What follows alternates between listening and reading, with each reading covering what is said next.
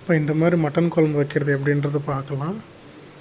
இந்த மசாலா என்னத்துக்கு பார்க்க போகிறோன்னா மட்டன் குழம்புக்கு அத்தான் மசாலா. இது செம்பிலி ஆட்கறி, வெள்ளாட்கறிக்கு இல்லை, செம்பிலி ஆட்கறிக்கு மசாலா.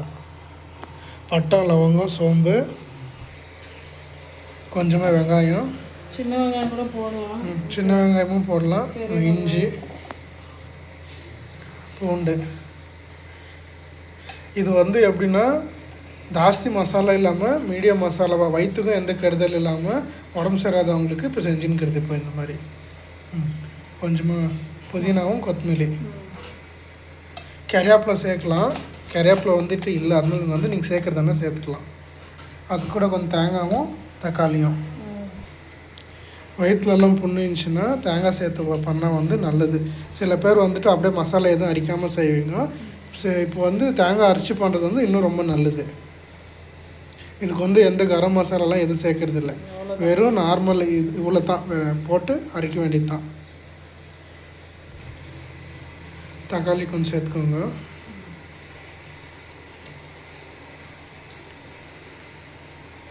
இது அளவு நான் போட்டுக்கிறது கிட்டத்தட்ட ஒரு 1/2 kg மட்டனுக்கோசரம் இது அளவு. நீங்கள் எவ்வளோ எடுக்கிறீங்க அதுக்கு தகுந்த மாதிரி நீங்கள் போட்டுக்கோங்க.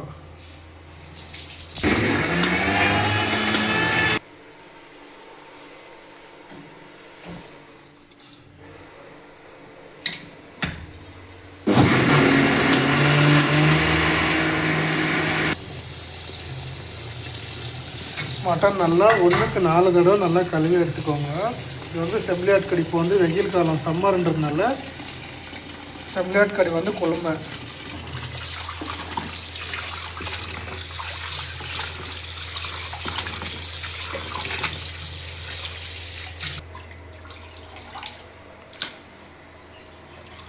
இப்போ நல்லா இந்த மாதிரி நல்லா கொஞ்சம் இளங்கறியாக எடுத்துக்கோங்க. இதே கொஞ்சம் முத்துந்து தான். கடையில் நம்ம எலசுன்னு கேட்டால் கொடுக்குவாங்களா, கொடுக்க மாட்டாங்க. மீடியமான தான் கறி. இந்த மாதிரி கிட்டத்தட்ட இது 1/2 kg அளவு தான் இந்த மசாலா இப்போ ரெடி பண்ணியிருக்கிறது. இப்போது கிட்டத்தட்ட ஒரு 4 தடவை கழுவிக்கோங்க. அப்போ தான் நல்லா அந்த கீழ்ச்சி நல்லா சுத்தமாக இதாகும், க்ளீனாக.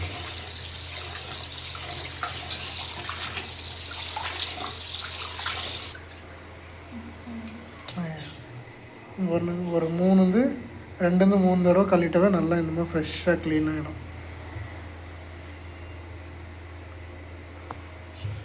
இப்போ இந்த மாதிரி நல்லா சட்னி அரைக்கிற மாதிரி கொஞ்சம் நல்லா, ரொம்ப நைஸாக வேண்டாம், மீடியமாக பாருங்கள். கரெக்டாக இந்த பதத்துக்கு அரைச்சிங்கனாவே போதும்.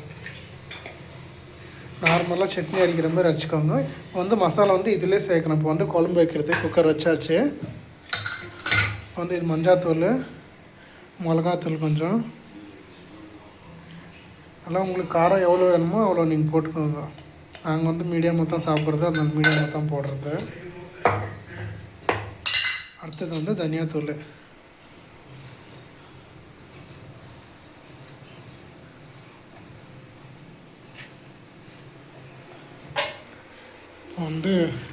குக்கரில் வச்சு எண்ணெய் ஊற்றிக்கலாம், தேவையான அளவு எண்ணெய். இப்போ நீங்கள் எண்ணெய் கறி நல்லா கொழுப்பு கறியாக இருந்துச்சுன்னா எண்ணெய் கம்மியாக ஊற்றிக்கலாம். ஏன்னா அதிலே கொழுப்புலேயே எண்ணெய் சேர்ந்துடும். இப்போ இது கொழுப்பு கறியில் வெறும் கொஞ்சம் தாங்க இது கொழுப்பு, அதனால நாங்கள் கொஞ்சம் எண்ணெய் ஜாஸ்தியாக தான் சேர்த்துன்னுக்கிறோம். போடு. இப்போ நீங்கள் கறி எப்பயுமே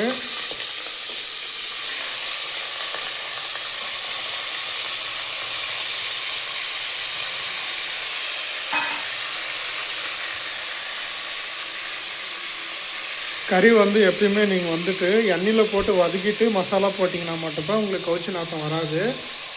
அப்படியே நீங்கள் மசாலா கூட சேர்த்துட்டிங்கன்னா ரொம்ப கவுச்சி நாற்றம் வரும், கவுச்சி ஸ்மெல்லு வரும்.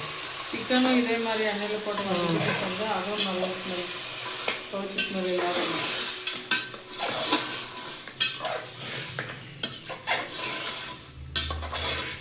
இங்கே பாருங்கள், இது எண்ணெயில் போட்டவொடனே எப்படி மாறுதுங்க பாருங்கள் கலரு. பச்சாக்கிறது அப்படியே வெந்து போதுங்களா. இந்த பதம் வந்துச்சுனாவே உங்களுக்கு சாப்பிடும்போது ஸ்மெல்லு வராது, உங்களுக்கு கவுச்சின்ற ஸ்மெல்லு வராது. இப்போ இதுக்கு அடுத்து கொஞ்சம் வெந்து பின்னாடி கொஞ்சம் வேவுதோ இல்லையா கொஞ்சம் அப்படியே வதங்கின பின்னாடி மசாலா போட்டுடலாம். அரைச்சி வச்ச மசாலா.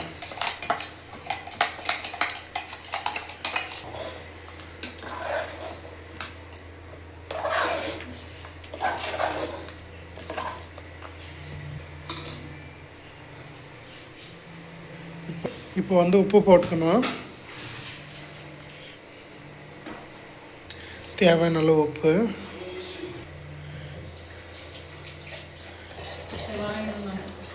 கொஞ்சம் வதக்கிட்டு பின்னாடி தண்ணி ஊற்றி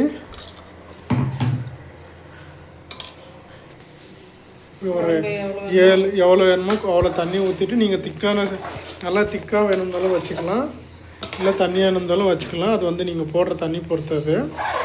வந்து கொஞ்ச நாள் வெந்த பின்னாடி எவ்வளோ வேணுமோ தண்ணி கொஞ்சம் அளவாக போட்டுட்டு கிட்டத்தட்ட ஒரு 7 to 10 விசில் கிட்ட விட்டு எடுத்திங்கன்னா நல்லா இதாகிடும், வந்து நல்லா சாஃப்டாக வந்துடும் உங்களுக்கு.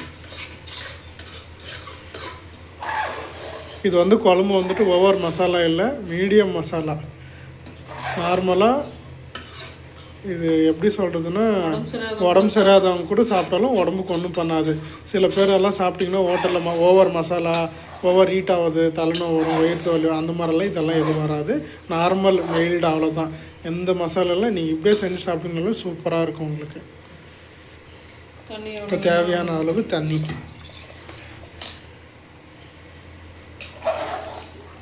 இப்போ நல்லா தேவையான அளவு தண்ணி ஊற்றியாச்சு.